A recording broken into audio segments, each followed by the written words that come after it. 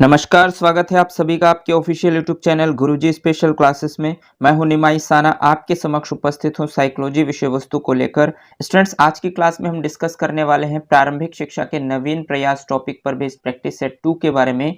जैसे कि आप सब जानते हैं कि हम लास्ट क्लासेस के माध्यम से प्रैक्टिस सेट 1 कवर कर चुके थे, जिसके अंतर्गत लगभग हमने 10 प्रश्नों को सॉल्व किया और जाना कि इस टॉपिक पर बेस्ड किस प्रकार के प्रश्न सुपर टेट एग्जाम्स में पूछे जाते हैं और इस टॉपिक के कंटेंट को जो हमने कवर किया उनसे रिलेटेड किस प्रकार के प्रश्न बनते हैं उनको भी हमने समझने की कोशिश की है। आज की क्लास में हम प्रैक्टिस सेट 2 को सॉल्व करेंगे, जो इस टॉपिक पर बेस्ड और कुछ मोस्ट इंपॉर्टेंट क्वेश्चंस पर हम डिस्कस करेंगे और जानेंगे कि इस टॉपिक पर बेस्ड और किस तरीके के प्रश्न हमारे सुपर टेट एग्जाम्स में पूछे जा सकते हैं। तो चलिए स्टार्ट करते हैं आज की क्लास और जानते हैं आज की क्लास का पहला क्वेश्चन। और इस प्रैक्टिस सेट सीरीज का 11th क्वेश्चन आपके स्क्रीन पर है। क्वेश्चन नंबर 11 में आपसे पूछा गया स्टूडेंट्स कि भारतीय शिक्षा पद्धति की जांच के लिए ब्रिटिश प्रशासन ने किस समिति का गठन किया था। देखिए, जो भारतीय शिक्षा पद्धति है, भारत की शिक्षा पद्धति है, उसकी जांच के लिए ब्रिटिश प्रशासन ने एक समिति का गठन किया था। उस समिति का नाम आपसे पूछा है कि ब्रिटिश प्रशासन ने किस समिति का गठन किया था। तो ऑप्शन नंबर ए में कहा गया आपसे Hunter commission, option number B में आपसे कहा गया ऑकलैंड समिति, ऑप्शन थर्ड है लॉर्ड मैकाले समिति और ऑप्शन फोर्थ है हर्टाग समिति।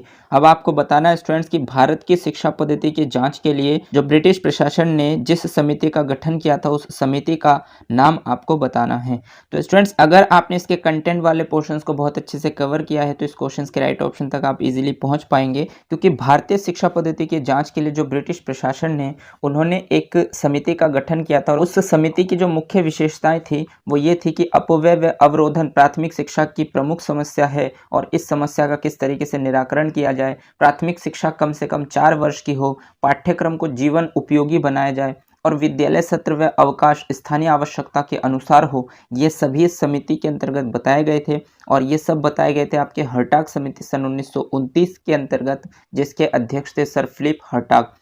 तो इसलिए इस क्वेश्चन का राइट ऑप्शन बनता है हर्टाग समिति। जो ऑप्शन नंबर डी है वही इस क्वेश्चन का राइट ऑप्शन है। आई होप आप मेरी बातों को समझ पा रहे हैं और आपने कंटेंट वाले पोर्शंस को बहुत अच्छे से रिवाइज किया होगा, तो आप इजीली इस प्रश्न के राइट ऑप्शन तक पहुंच पाए होंगे। चलिए आगे बढ़ते हैं और देखते हैं नेक्स्ट प्रश्न आपसे क्या कहता है। तो नेक्स्ट क्वेश्चन नंबर 12 आपसे कहता है कि बेसिक शिक्षा योजना के प्रतिपादक कौन थे। यानी कि यहाँ पर आपसे सीधा सीधा सिंपल प्रश्न पूछा गया कि बेसिक शिक्षा योजना या जिसको हम कहते हैं बुनियादी शिक्षा योजना, इसके प्रतिपादक कौन है, ये आपसे पूछा गया है। ऑप्शन फर्स्ट कहता है रविंद्रनाथ टैगोर, ऑप्शन सेकंड कहता है विट्ठल भाई पटेल, ऑप्शन थर्ड कहते हैं महात्मा गांधी और ऑप्शन फोर्थ कहता है गोपाल कृष्ण गोखले। अब आपको बताना है कि बेसिक शिक्षा योजना के प्रतिपादक कौन है। बहुत ही आसान प्रश्न है, आशा करता हूं कि आप राइट ऑप्शन तक इजीली पहुंच पाए होंगे, क्योंकि कंटेंट वाले पोर्शन में मैंने आपको बता रखा है कि बेसिक शिक्षा योजना या बुनियादी शिक्षा योजना के जो प्रतिपादक है वो हमारे हैं महात्मा गांधी जी।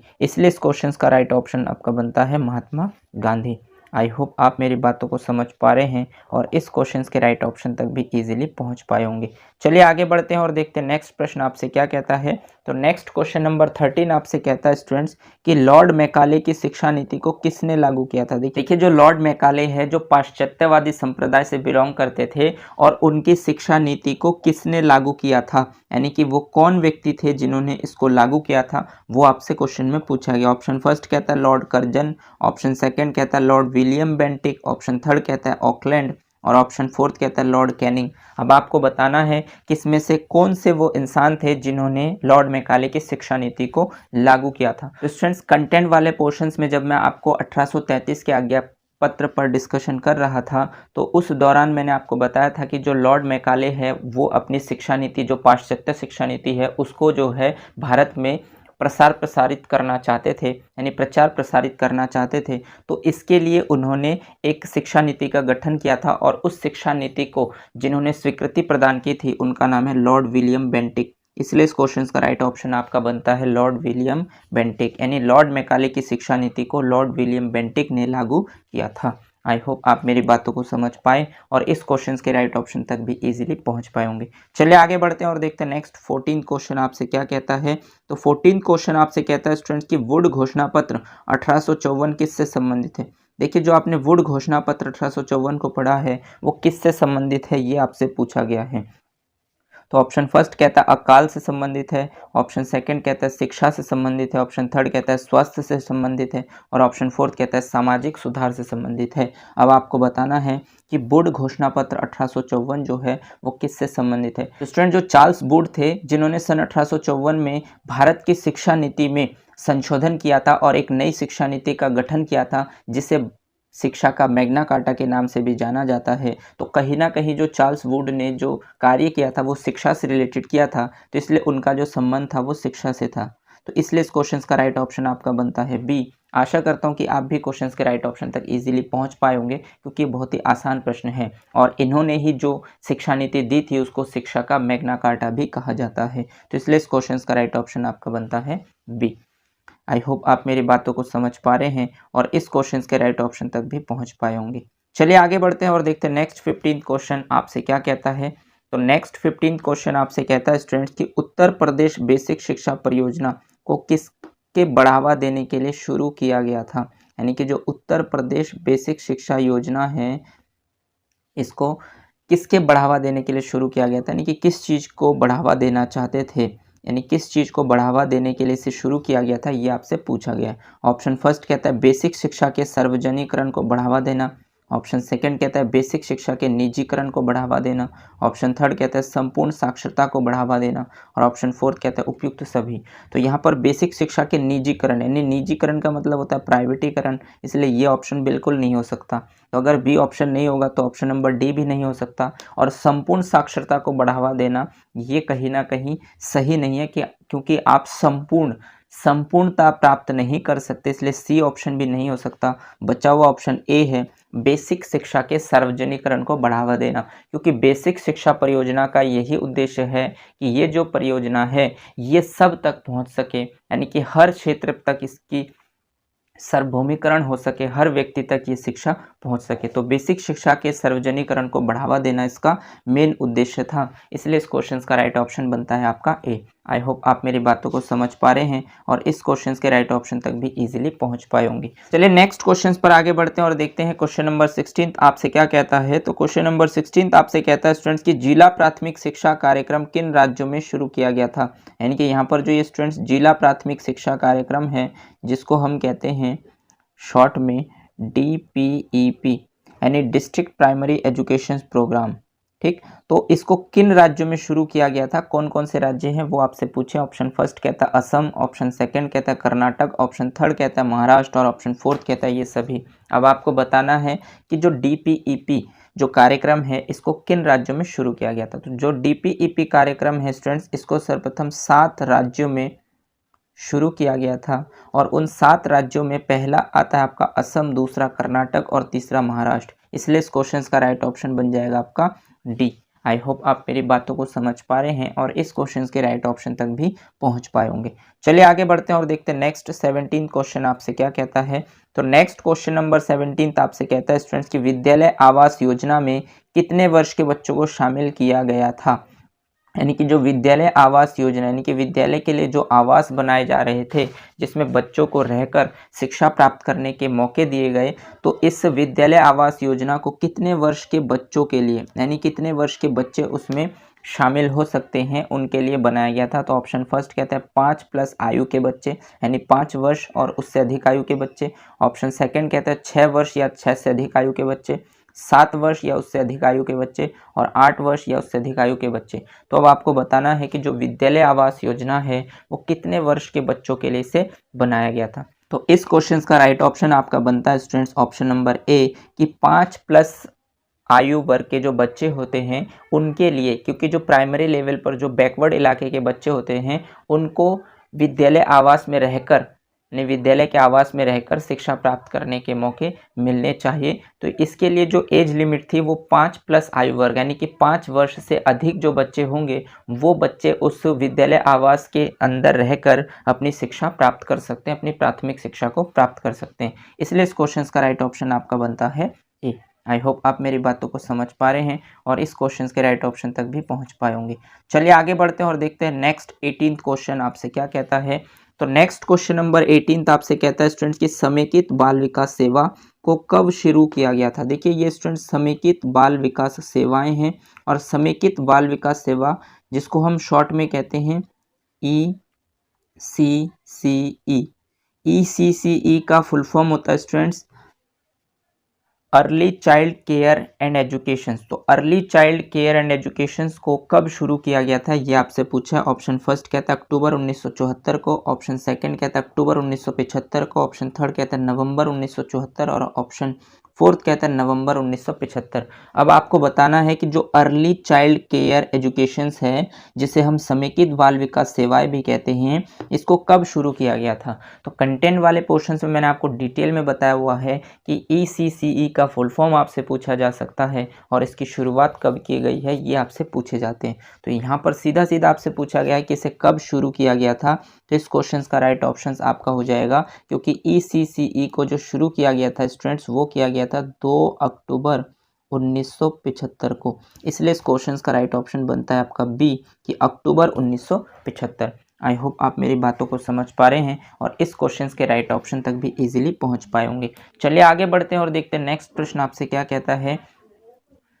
तो नेक्स्ट प्रश्न क्वेश्चन नंबर 19 आपसे पूछता है स्टूडेंट्स कि संपूर्ण साक्षरता अभियान कहां से शुरू किया गया था। देखिए संपूर्ण साक्षरता अभियान कहां से शुरू किया गया था, ये आपसे पूछा गया, यानी कि संपूर्ण साक्षरता मिशन की स्थापना कब की गई और इसके अंतर्गत एक अभियान चालू किया गया और इस अभियान को कब और कैसे चालू किया गया, इसको मैंने डिटेल में आपको बताया हुआ है। तो वहीं से आपसे सीधा सीधा प्रश्न पूछा गया कि संपूर्ण साक्षरता अभियान कहां से शुरू किया गया। ऑप्शन फर्स्ट कहता है तमिलनाडु, ऑप्शन सेकंड कहता है आंध्र प्रदेश, ऑप्शन थर्ड कहता है केरल और ऑप्शन फोर्थ कहता है कर्नाटक। अब आपको बताना है कि इस क्वेश्चन का राइट ऑप्शन आपके हिसाब से क्या हो सकता है। अगर आपने कंटेंट वाले पोर्शंस को बहुत अच्छे से कवर किया है, रिवाइज किया है, तो ये प्रश्न आपके लिए बहुत ही आसान है, क्योंकि कंटेंट वाले पोर्शंस में मैंने आपको बता रखा है कि संपूर्ण साक्षरता मिशन की स्थापना के बाद 16 जनवरी 1989 यानी 1989 को केरल राज्य में संपूर्ण साक्षरता अभियान की घोषणा की गई थी। तो इसलिए इस क्वेश्चन का राइट ऑप्शन बनता है आपका सी यानी केरल। तो संपूर्ण साक्षरता अभियान कहाँ से शुरू किया गया था, तो संपूर्ण साक्षरता अभियान जो है आपके केरल से शुरू किया गया था। आई होप आप मेरी बातों को समझ पा रहे हैं और इस क्वेश्चन के राइट ऑप्शन तक भी इजीली पहुंच पाए होंगे। चलिए आगे बढ़ते हैं और देखते हैं नेक्स्ट प्रश्न आपसे क्या कहता है। नेक्स्ट प्रश्न आपसे कहता है और इस प्रैक्टिस सेट सीरीज का लास्ट प्रश्न है स्टूडेंट्स कि संपूर्ण साक्षरता अभियान कब और किन लोगों के लिए शुरू किया गया, यानी कि जो संपूर्ण साक्षरता अभियान है ये कब लागू किया गया और किन लोगों के लिए लागू किया गया, यानी कि वो कौन से लोग थे जिनके लिए इस कार्यक्रम को लागू किया गया, ये आपसे पूछा गया है। तो स्टूडेंट्स अगर आप संपूर्ण साक्षरता अभियान की बात करेंगे तो इसकी शुरुआत हुई थी 5 मई 1988 को। 5 मई 1988 को राष्ट्रीय साक्षरता मिशन, जिसे NLM कहते हैं, नेशनल लिटरेसी मिशन की शुरुआत की गई थी उस समय के तत्कालीन प्रधानमंत्री राजीव गांधी जी के द्वारा।